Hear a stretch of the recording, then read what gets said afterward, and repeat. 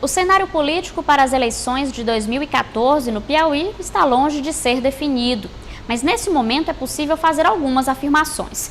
Uma delas é que uma das candidaturas mais fortes a serem apresentadas para as eleições do próximo ano deve ser definida por um grupo político do qual faz parte o PP, o Partido Progressista.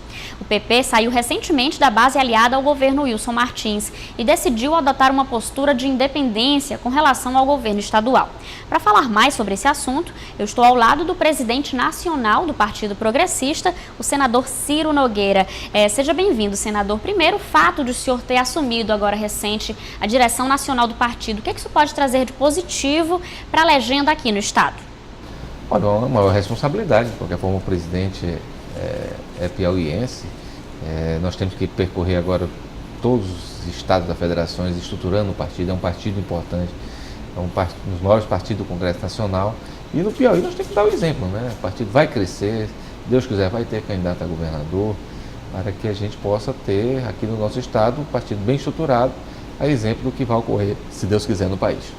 O PP tem sido um aliado importante no governo Dilma, um aliado muito importante, e nesse sentido, o Partido Progressista, e com a proximidade das eleições de 2014, permanece na base aliada ao governo federal? Se depender do Diretório Estadual do Piauí, nós iremos apoiar a reeleição da presidente Dilma Rousseff. Mas isso é uma discussão que ainda vai haver no país como um todo, todos os diretórios vão poder se manifestar, todas as lideranças, que fatalmente só irá ocorrer essa decisão na convenção de junho do próximo ano. Mas nós temos uma aliança formal hoje, de respeito, ocupamos o principal ministério da Esplanada, que é o Ministério das Cidades, e a tendência natural do partido, pelo que eu tenho conversado, é que nós venhamos apoiar e continuar na base de sustentação à presidente Dilma. Quando o Partido Progressista decidiu adotar uma postura de independência com relação ao governo estadual, um dos argumentos era de que esse partido tinha um projeto de desenvolvimento para o estado. Que projeto é esse?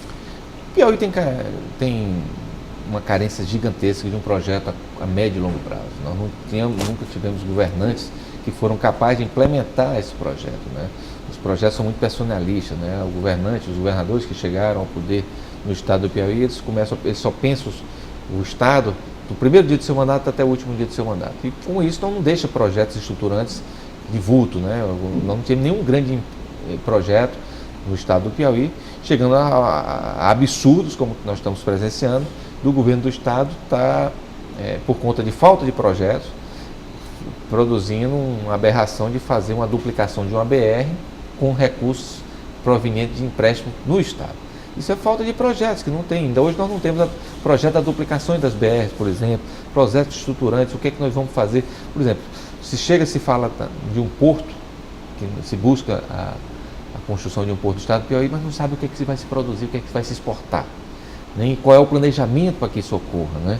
Se fala em ferrovia, mas não se sabe o que é que vai se transportar. Então, são situações que deixam o estado muito vulnerável na hora de ir buscar recursos no estado do Piauí, no governo federal. Então, nós precisamos ter um governo que pense o nosso estado a curto, a médio e longo prazo, coisa que nunca aconteceu no nosso estado. Eu espero que essa realidade mude a partir de 2014. Mas o governo do estado encomendou recentemente um projeto de desenvolvimento para o Piauí para os próximos 50 anos.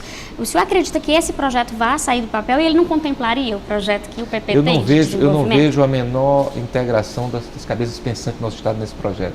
Acho que isso é mais discurso para fazer. O atual governo não foi capaz de produzir nenhuma obra estruturante no nosso estado nos últimos anos. Não é um problema só do atual governador, mas vem de governos passados. Eu não vejo uma integração. Hoje mesmo nós estivemos na Universidade Federal e cobramos isso aí. Como pode se pensar um projeto de desenvolvimento do estado do Piauí que não passa pelas nossas universidades, pelas cabeças pensantes das universidades?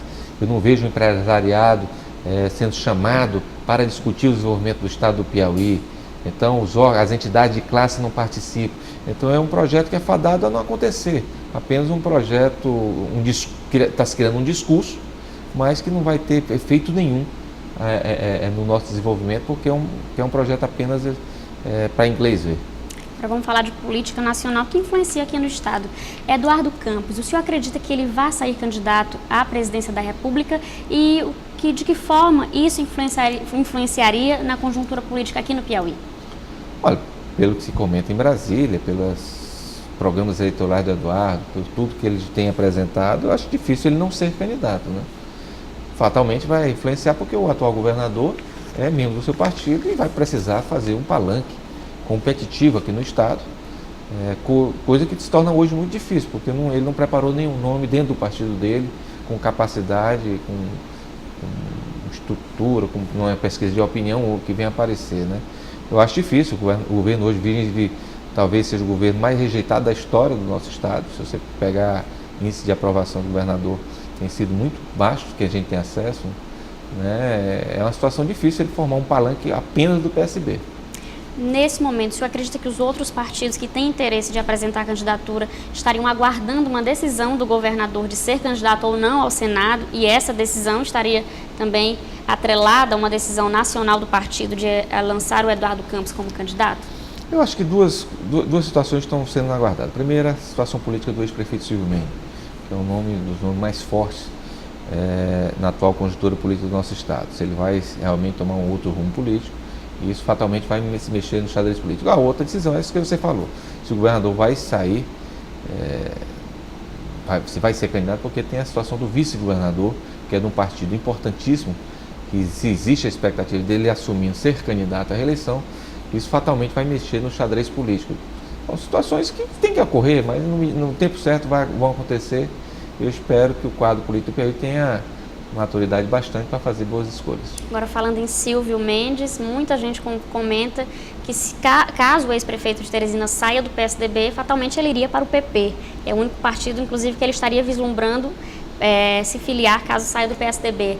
Como é que estão essas conversações? Ela já vem de muito tempo. Como é que tem sido essa conversa com o Silvio Mendes? Há realmente a possibilidade dele sair do partido e integrar o PP? Eu acredito que sim. Eu acredito que até hoje existe uma sintonia nessa decisão com até o próprio PSDB. O PSDB faria parte, não seria ele abandonando o barco do PSDB, sim, somando outros partidos a um projeto político importante para o nosso estado. Um projeto não quer dizer que o Silvio Mendes vá ser candidato a governador, mas ele vai estar dentro de um cenário político que possa se viabilizar uma candidatura, sendo dele ou de qualquer outra pessoa.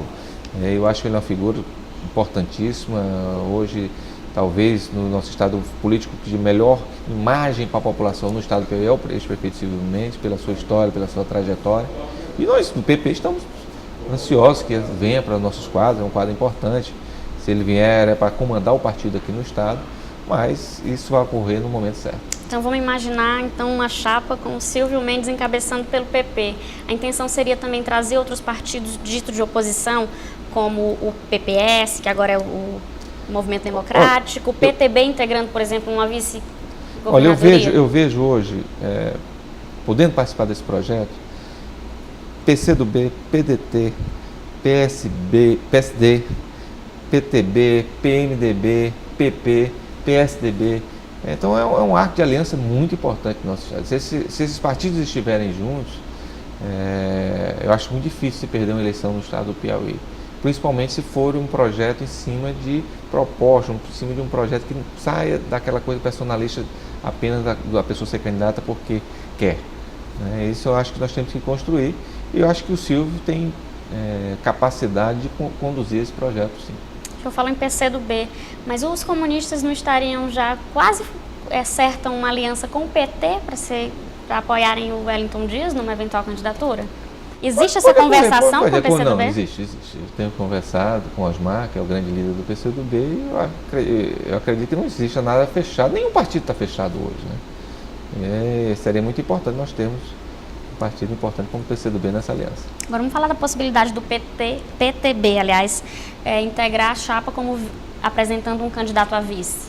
Então, pode ser candidato a vice ou ao Senado, ou até o próprio governo. Não existe ainda nenhum nome, como eu te falei, nós não podemos personalizar, porque senão esse projeto não vai acontecer. Nós temos que somar uma quantidade grande de partidos, e os melhores nomes que representarem esse projeto é quem deve ser candidato. Agora vamos falar de reforma política. O senhor acredita que ainda vai ser votada? Há possibilidade, inclusive, de alguma mudança mais drástica no processo eleitoral? A reforma política, historicamente, tem sido muito mal conduzida no país. Porque só se fala em reforma política para a próxima eleição. E dessa forma ela nunca vai ocorrer. Porque as pessoas são humanas, elas só pensam na melhor forma de se reeleger. Nós temos que fazer uma reforma política para pleitos subsequentes, que aí sim as pessoas vão se despedir dos seus interesses imediatos, vão fazer uma reforma política que possa estar em sintonia com a população. Né? Eu acredito que ela, da forma como ela foi colocada, ela não vai acontecer e nós vamos perder mais uma grande oportunidade de aprová-la. Inclusive, os pontos mais polêmicos é o financiamento público de campanha. Exatamente. Sua opinião sobre isso e com relação também ao fim das coligações proporcionais, que atrapalharia muito a vida dos partidos pequenos, né? Eu sou favorável, não para a próxima eleição, porque aí os partidos teriam que estar preparados, se preparar, se fortalecer.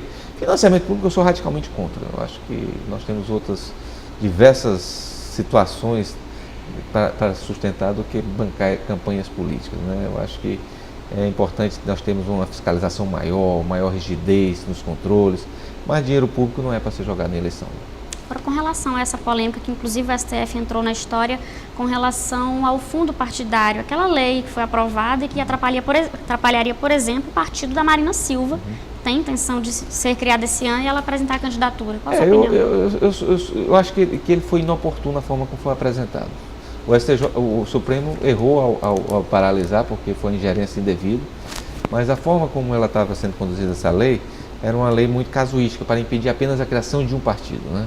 Eu acredito que o ideal era nós aprovarmos esse fim, acho que tem que acontecer, mas apenas a partir do pleito de 2014, essa proibição. Nesse atual pleito, já que alguns partidos, como é o caso do PSD, foram criados, nós tínhamos que respeitar até o final dessa legislatura.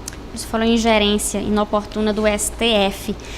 Com relação a essa linha que é muito tênue entre as atribuições de legislativo, judiciário e o executivo, o senhor acredita que realmente a justiça está legislando? E o senhor acredita que o legislativo não estaria fazendo o papel dele, é por isso que estaria dando espaço para o judiciário acabar atuando? Acontece isso, nós estamos abrindo mão das nossas prerrogativas mais pela nossa inoperância. Mas temos que fazer, isso é um direito, até de você não mudar a lei é um direito do legislativo. Nós temos que fazer isso prevalecer, né? Ou existe uma ingerência indevida do Supremo.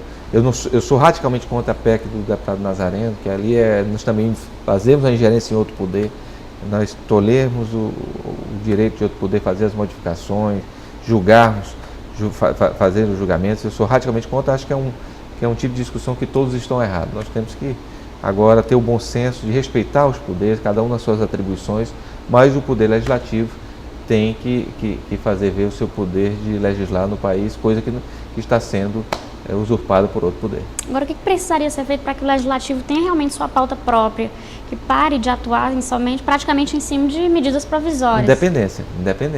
Nós temos que darmos um basta nas medidas provisórias, tem que ser medidas de caráter de urgência, coisa que não ocorre. Hoje o Executivo legisla das mais variadas